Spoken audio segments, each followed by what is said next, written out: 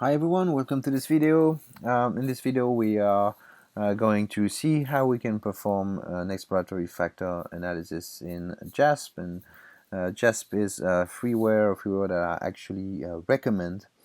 We can just type in JASP in Google or your favorite search engine, and you'll find it fairly easily. And it works on several machines. So when you click on File here and Data Library, you have access to a bunch of datasets that are included in JASP for instruction mainly, or for testing JASP features.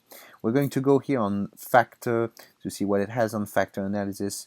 And we see that we have data from Spearman 1904 with pupil school grades and sensory discrimination scores.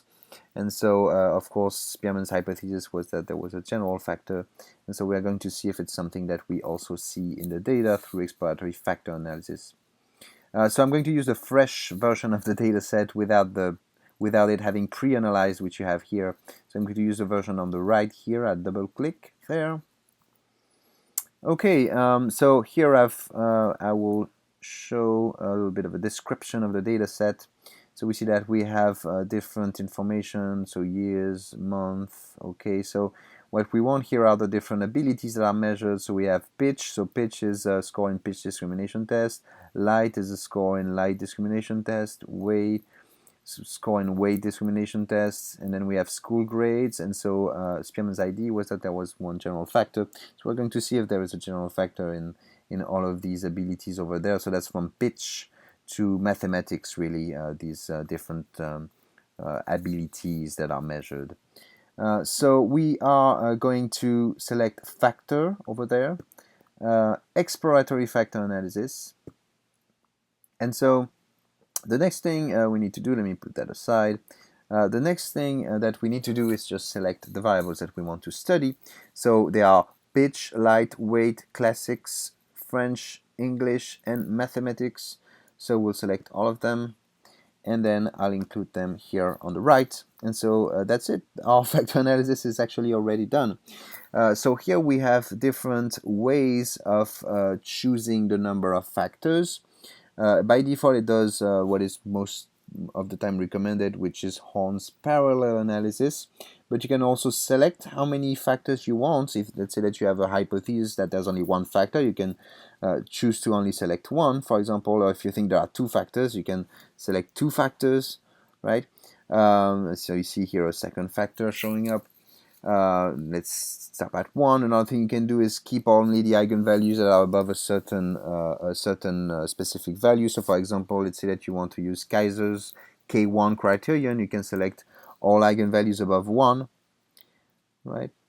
So that's what you see. So here there's only one factor showing up in the end, so that's similar to what we have with parallel analysis. And then if you have more than one factor, of course you can choose to use an orthogonal rotation or an oblique rotation.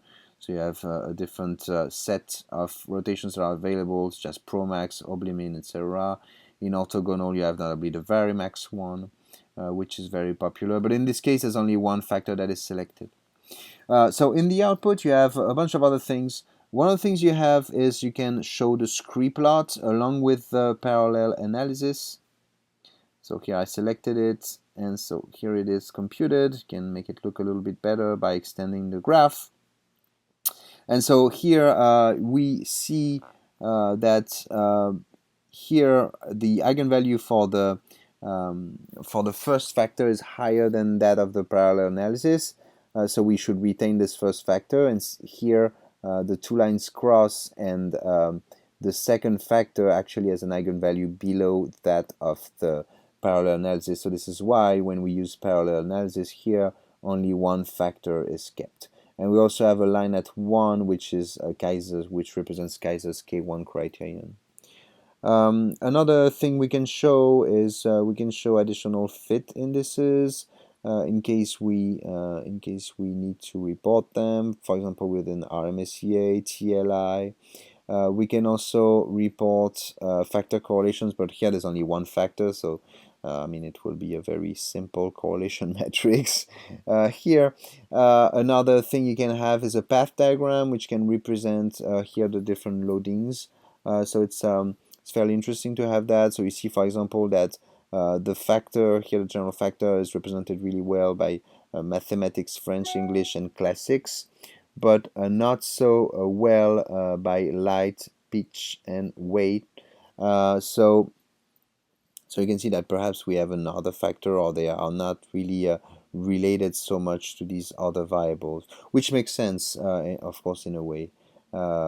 Here, when we consider what these theoretically imply, right? Of course, sensitivity to weight is very different from knowledge in English or school performance.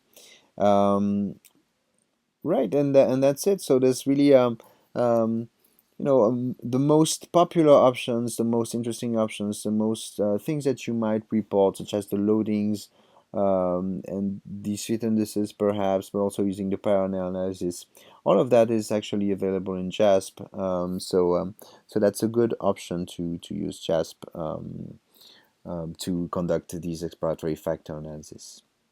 And that's it. Thank you for watching this video.